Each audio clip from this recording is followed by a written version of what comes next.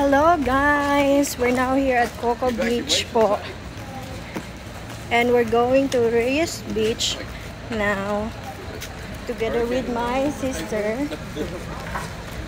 Papunta po kami ngayon sa Reyes Beach. Kasi doon po is ang celebration ng Sarbay Festival 2025. Ayan, kasama ko po yung mga pamangkin ko. Yumi! Hi! Hello, Doy! Hi, Kuya Bill! How are we doing? Good! That's good. We're going to Reyes Beach now, guys. Father's dream. Yeah. Views din yun ah. What's that? Coco Beach. Dito po tayo ngayon sa Coco Beach, guys.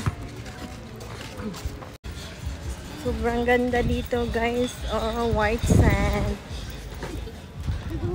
This is Coco Beach. Hi, Ma'am.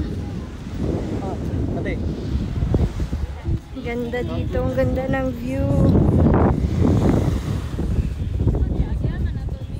Hello, guys.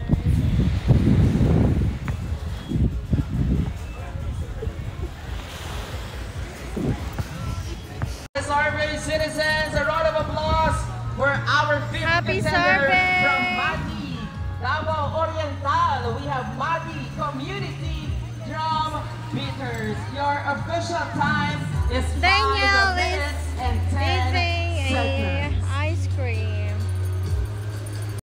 Hi, Hindi Doy. pwede hindi tayo ma-induct talaga sa mga music na naririnig po natin. At eto pong drum beating competition sa pagkakataon na ito. At para mag-ipon po lahat ng mga magagaling nating drum beaters all over Region 12 and other regions here in Mindanao. At sana sa mga susunod ng Sarbay Festival, kakayanin na natin i-cater lahat ng mga drum beaters natin all the way from different areas ng buong Pilipinas. At eto na guys, Sarbay citizens, nasa huling contender na po tayo ng ating kompetisyon. Ngayong araw na ito, ang pang-ani po ay nagpulapas sa Region 11, specifically in Davao City. Ano naman kaya tutulungin ang atin nila para sa ating lahat? Mamayang konti po ay maririnig na natin ito ng sabay-sabay.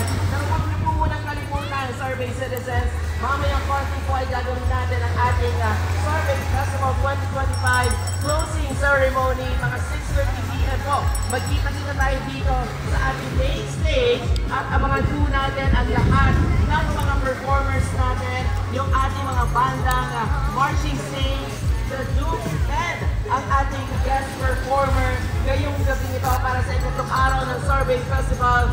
We have